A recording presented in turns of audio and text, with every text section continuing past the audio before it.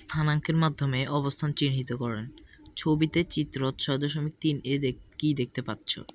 একজন শিক্ষক দাঁড়িয়ে আছেন এবং শিক্ষার্থীরা বসে আছে। শিক্ষক অবস্থান থেকে আনুভূমিকভাবে একটি সরলরেখা এবং উল্লম্বভাবে সমকোণে আরেকটি সরলরেখা গিয়েছে। এই সরলরেখা দুটির নির্দিষ্ট নাম আছে। আনুভূমিক সরলরেখার নাম হলো এক্স অক্ষ, এক্স মাইনাস এক্সিস, আর এক্স আছে সঙ্গে উল্লম্ব সরলরেখাটির নাম হলো ওয়াই অক্ষ, ওয়াই এক্সিস। ওয়াই অক্ষ ও ওয়াই অক্ষ পরস্পর যে বিন্দু ছেদ করেছে তাকে মূল বিন্দু বা অরিজিন বলে। চিত্র ৬.৩ এ শিক্ষক যেখানে দাঁড়িয়ে আছেন সেখানে অক্ষ দুটি ছেদ করেছে এবং সেই ছেদ বিন্দু হলো মূল বিন্দু। মূল বিন্দুর সাপেক্ষে এক্স অক্ষ এবং ওয়াই অক্ষ ব্যবহার করে একজন শিক্ষক গাণিতিকভাবে শিক্ষার্থীর সঠিক অবস্থান বলে দিতে পারবেন।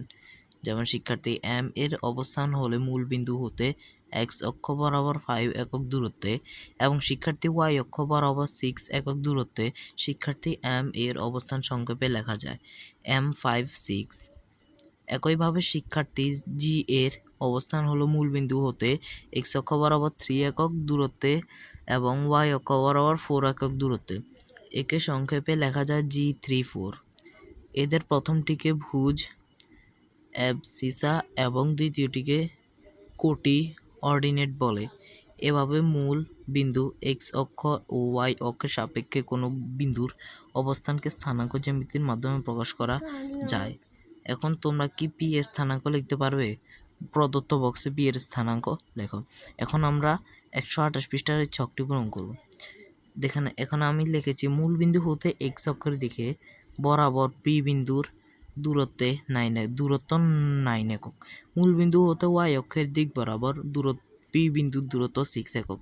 সুতরাং পি বিন্দুর স্থানাঙ্ক 6। এবার একক কাজ, চিত্র 6.3 দেখে নিচের ছকের নামের পাশে ভুজ ও কোটি উল্লেখ করে স্থানাঙ্ক লেখো। 6.1 এখানে নাম ভুজ কোটি স্থানাঙ্ক, নাম ভুজ কোটি স্থানাঙ্ক, দুইটা ছক আছে। বি নাম হচ্ছে বি, ভুজ হচ্ছে 3, কোটি হচ্ছে 1, স্থানাঙ্ক হচ্ছে B31। নাম পাশের ছক হচ্ছে নাম ই, ভুজ 9, কোটি 2, স্থানাঙ্ক 2। তোমরা দেখো এই ছকটি তোমরা পূরণ করে নিও এখান থেকে দেখে। ঠিক আছে, তো আজকে ভিডিওটা এ পর্যন্তই। সবাই চ্যানেলটি সাবস্ক্রাইব করে আমার পাশে থেকো। ধন্যবাদ।